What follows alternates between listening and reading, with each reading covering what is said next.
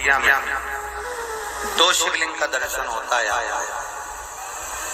एक तारा बाबा जी की कुटिया के अंदर जो शिवलिंग विराजमान है वो पारद का शिव, दूसरा जो शिवलिंग शंकर भगवान के मंदिर के अंदर विराजमान है वो नर्मदेश्वर शिवलिंग है। दो शिवलिंग का दर्शन, एक पारद का, एक नर्मदा जी का।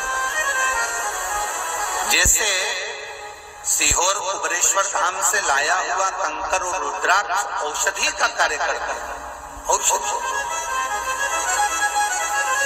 आप लोगों में से कोई गए हैं सीहोर कुबरेश्वर धाम? गए हो? धन्यवाद, परिणाम आप सबको रखिए। साधु जाना चाहिए। 12 ज्योतिर्लिंग के मध्य में है कुबरेश्वर धाम। हम तो गोपाल जी को और गोविंद जी को भी कहेंगे सपरिवार एक बार बाबा के धाम जरूर है। और यहाँ तो शिवरात्रि तक कार्यक्रम रहता है ना, शिवरात्रि के बाद तक वहाँ रुद्राक्ष उत्सव चलता है।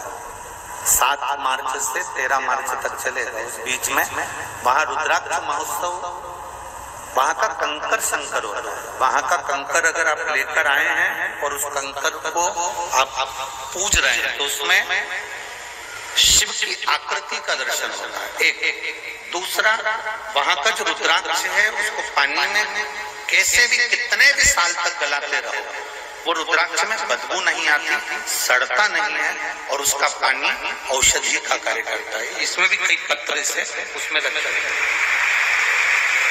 वहां का कंकर शंकर है। हम निवेदन करेंगे आप सबको भी कि आप भी 7 मार्च से 13 मार्च तक जो रुद्राक्ष उत्सव है बाबा के धाम में एक दिन की कथा जरूर सुनना चाहिए। सीहोर की पवित्र भूमि पर गोपाल जी आप भी पधारे, गोविंद जी आप भी पधारो। और जितने यहाँ कथा श्रवण कर रहे हैं सबसे निवेदन अपने जीवन में और जितने आस्था चैनल पर सुन रहे हैं कुबरेश्वर धाम की पवित्र भूमि पर भले एक रात्रि का विश्राम कर कर कथा सुनो, पर उस कंकर शंकर की धरा पर बैठ कर उससे विनय कर कर दिल से उससे प्रार्थना कर कर निवेदन कर कर उसको सुनो। और कितना बड़ा सौभाग्य तारा बाबा की कुटिया से भोलेनाथ जी के द्वार तक की कथा। यहाँ 2 मार्च तक कथा चलेगी, फिर यहाँ शिवरात्रि महोत्सव चालू हो जाता है, चलता है। यहाँ पर भी एक आनंद ही आनंद और वहां पर भी आनंद।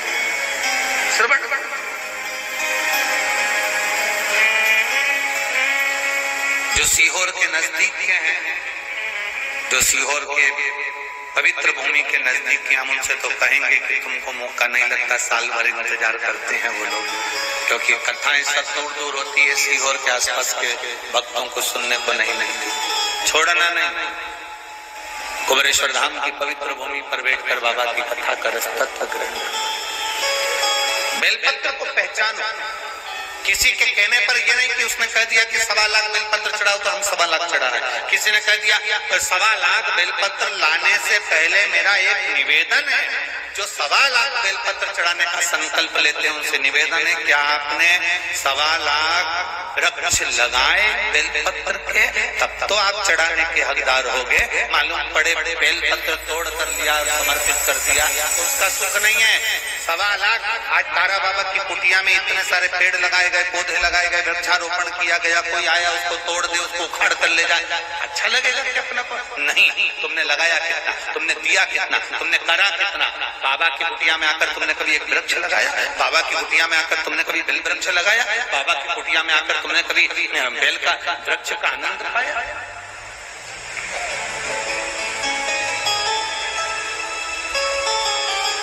आज इस भूमि पर हम गोविंद जी से और हमारे मन में आया तो हम कह दें क्या गोपाल जी, अगर कर सको तो हम तुमको विनय कर सकते हैं। ऐसा हमारे शास्त्र कहते हैं, ये शिव पुराण में लिखा है, विद्येश्वर संहिता, जहां पर बेलपत्री के 51 वृक्ष होते हैं। उन वृक्ष की जैसे कहते हैं ब्रज में वाटिका होती है, अशोक वाटिका होती है, वो वाटिका हमारे यहाँ इसको बेल वाटिका कहते हैं।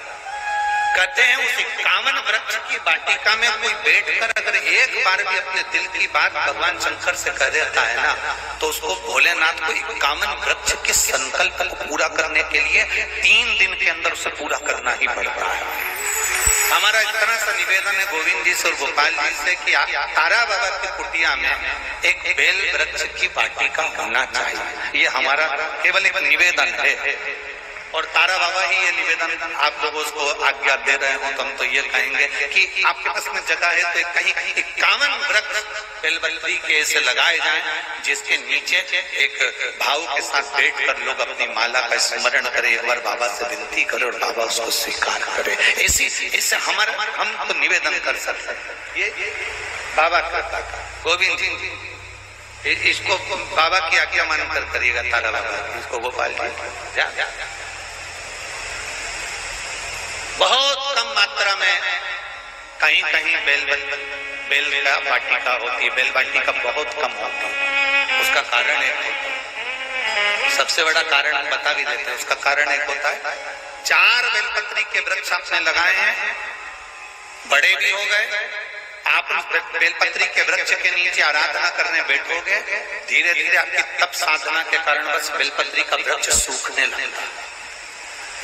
अनुभव करना, आप अगर शिव पुराण की कथा सुन रहे हो तो आपने अनुभव करा होगा, आपके मोहल्ले में, आपके नगर में, आपके क्षेत्र में बेलपत्री के जो वृक्ष होंगे, आप अगर उसकी आराधना करना चालू करोगे, पूजन करना चालू करोगे, उसकी आराधना करना चालू करोगे, तो धीरे धीरे वो बेलपत्री का वृक्ष आपके ताप को हरता है, आपके पाप को हरता है। उसके कारण बस बेलपत्री का वृक्ष धीरे धीरे सूख जाता है। लोग कहते गुरुजी हमने तो बेलपत्री का वृक्ष हमारे यहाँ हरा भरा था, सूख गया। उसका कारण क्या? उसका केवल एक कारण है कि वो व्यक्ति के ताप, केवल एक कारण है कि वो व्यक्ति के ताप को हरता, व्यक्ति के पाप को।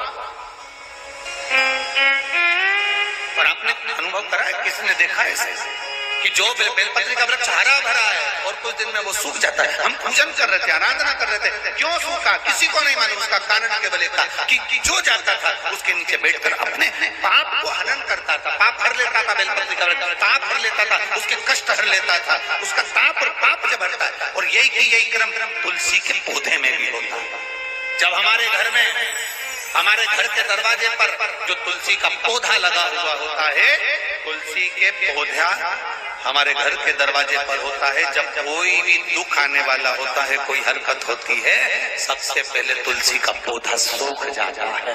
वो तुलसी का पौधा जो क्यारे में है वो सूख जाता है।